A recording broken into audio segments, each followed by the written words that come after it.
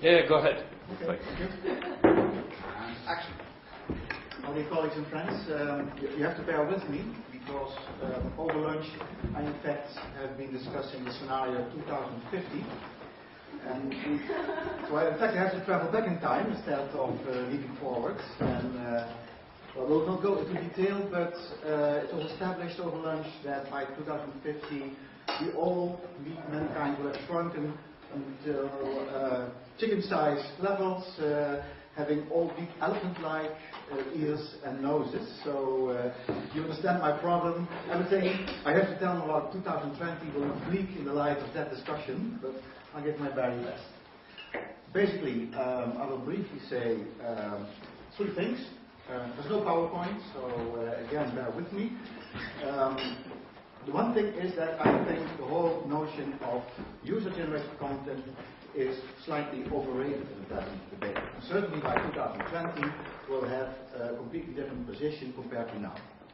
The second thing is that I will try to establish a format, a module for cyberspace by 2020, which by then will not be a vast, slightly amorphous sphere of data and messages crossing around, but will have a very distinct structure, in my view. The third thing is that when I've been trashing user-generated content to a large extent, I'll be introducing a third novel element, which I have nicknamed source-generated content. Again, another player from the traditional media process that I think in the forthcoming decade will become much more important. Now, first of all, user-generated content. There's been much debate this morning, widely. You can hardly open a magazine and it's on the front page and the inner side as well. I think this is basically because of the novelty of the phenomenon. When you look into the practices of user-generated content, a few people have been hinting to that already today, there's an enormous difference between the hype around potential and the actual practice of user-generated content. I heard percentages like 2% of it has been presented, and I think that's pretty much in line with what one can expect in virtually all circles where users start to generate content. To start with, it's a bit a strange thing that we characterize people who become active in the communication sphere as users. That's merely a position in the communication process. It's a rather abstract term, and I've never quite understood why it is used so widely.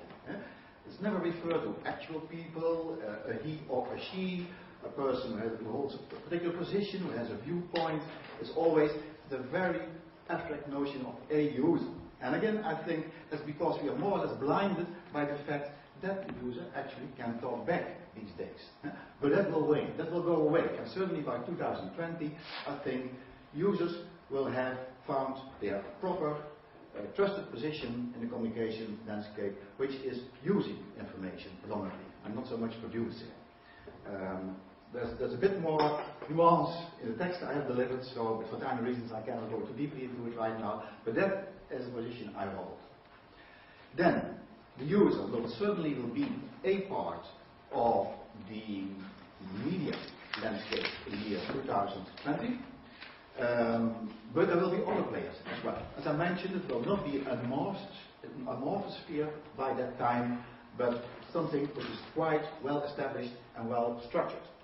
And in my view, by that time, there will be at least 4 what I call parallel universes to be found that are, first of all, and still around, and still alive and kicking, the traditional mass media, who have gone through a process of catharsis, who have been revamping themselves, reinventing themselves to a large extent, but still will be around, and by the year 2020 will continue to be the main content mediators, I think.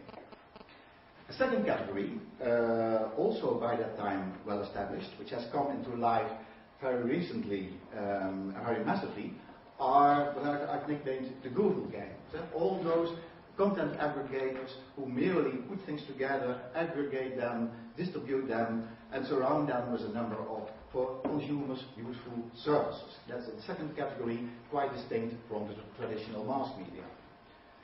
The third category, I think we can stick to the users as a group of people, a group of individuals who are contributing to the communication process, but basically at their leisure, and not because they are forced to or because they have the potential to do so. We will see the ad hoc photographer, the ad hoc reporter, when by fate he or she is shuttled in the middle of a news scene. That is happening already, will continue to happen, and those users will always play an important role. For the rest, I think they will resort to the smaller circles, to the circles where they are familiar with, where they know one another. So the communities of interest, the professional circles, there I think user-generated content will be at its best. And I've been, as I mentioned, trashing this term and have replaced it for individual publishers, which I think is a much more exact depiction of what people actually are doing. And there's a fourth category, and I will linger a bit longer by that one.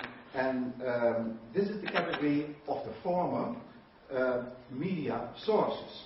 One should remember that most of media content nowadays, and also in the future, has been delivered by someone, by an institutional source, by a structural source of information, who up till now gracefully handed over his or her content, and then journalists went on with it, filtered it, repackaged it, and distributed it. Now, in the digital age, there's no direct need anymore to use these mediators to convey your message. So, consequently, I think most of the traditional structural news sources will go solo, will do their publication thing themselves. And I've mentioned them, the embedded publishers.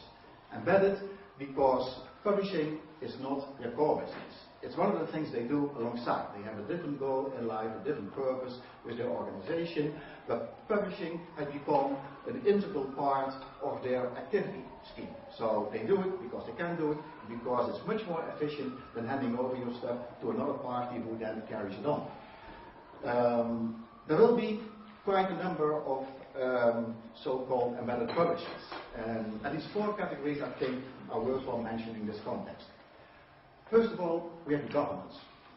We all now notice that there are severe inroads into the domain of e-government, electronic government, and that focuses on the development of electronic transactions, delivering services between the government and the government. But soon enough, in my view, and towards the future, governments will find out that it is much more efficient if they combine transactions with information services. That in fact you cannot separate the one from the other. Hence, they also become, by necessity, publishers. And they will use the net and all other forms of electronic publication to do so. And by operating in that way, bypassing many of the traditional mass media they used to need, but do not need them any longer in the future. You already see the beginning of this trend with many politicians who have opened their own weblog, who communicate directly in their own words at their own time, refuse to be interviewed any longer, but more or less control, direct the information about their own public profile. And that will continue to happen. Not only the top politicians, also others will find that a proper way of proceeding. Second category of embedded publishers is the corporate world. Here again, the possibility to conduct transactions over the net was a main driver to also become a publisher. Selling via the net is an important opportunity. It's happening in many branches of industry nowadays and is increasingly happening towards the year 2020. In fact, what will be established by that time, and we're talking 10, 15 years into the future, is a much shorter value chain. It's consisting of direct marketing, direct selling, just-in-time delivery and production, and direct feedbacks. And that's a very, very short route compared to the present economic process. And the corporate world in general, and not only the few branches like the tourism industry right now, and a few others one can mention where you see that already happening, will have moved into that way of operating. So they will be doing the same, and again, they will notice, as the governments did, that transactions need to be combined with information actions, and that the two in fact are strongly intertwined, and one cannot go without the other. Third category of embedded publishers is slightly more complicated to depict, because that's the whole myriad of organizations operating in civil society. And that can be NGOs, that can be grassroots operations, you name it, unions, all those organizations which are filling, say, the middle part of our organization, and also have seized the opportunity to go direct and communicate directly with the people they want to reach. Here you see a few examples already coming into existence, but that will take a bit more time to proliferate.